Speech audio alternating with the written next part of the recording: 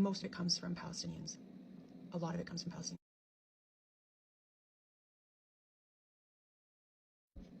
So the atrocities just seem to be getting worse, but with time they're becoming less surprising. Israel has a skin bank where they essentially take skin from people who they've killed, as well as anyone else who dies that passes autopsy, but very few come from Israelis, and that's something that was specifically stated in the documentaries. Most of it comes from Palestinians.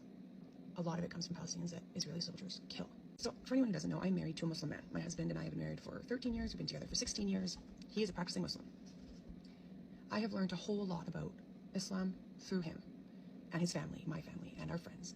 Okay, so here's what I know. Please correct me if I have misunderstood my husband. Basically, within 24 hours of death, the body is to go into the ground as whole as possible. So with anything that can be prevented from missing should not be missing.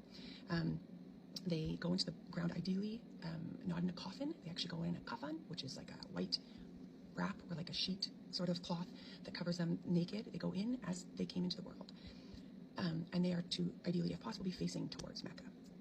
So obviously there are challenges in different parts of the world, depending on regulations with burials and flooding and all that kind of thing, but that's the ideal situation. That's why they don't do cremation. When this is happening, so not only have they murdered someone, they then desecrate the body of that person, robbing the family of the chance to be able to actually lay that person to rest according to their traditions. Now, Israel knows this about Muslims. It's because in a lot of Jewish customs, they also believe in burying bodies as whole as possible and not doing cremation. So that's probably one of the reasons why their skin bank doesn't have a lot of donations from Israelis, why their organ bank doesn't have a lot of donations from Israelis.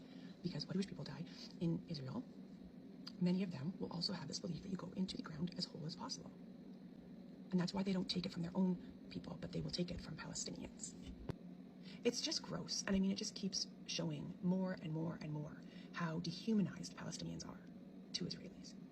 I mean, besides the fact that they've literally called them animals in the last couple of weeks, they do not see them as people. And if they did, all this shit that we are uncovering and bringing to light wouldn't happen.